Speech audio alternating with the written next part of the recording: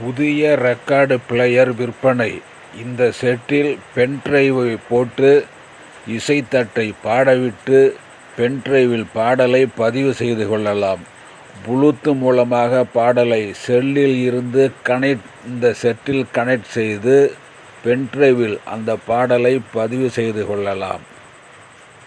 உங்களுக்கு தேவையான நீங்கள் விரும்பிய பாடல்களை யூடியூப் சேனலில் இருந்து இந்த செட்டில் பாடலை சிறப்பாக பென்டிரைவில் பதிவு செய்து கொள்ளலாம்.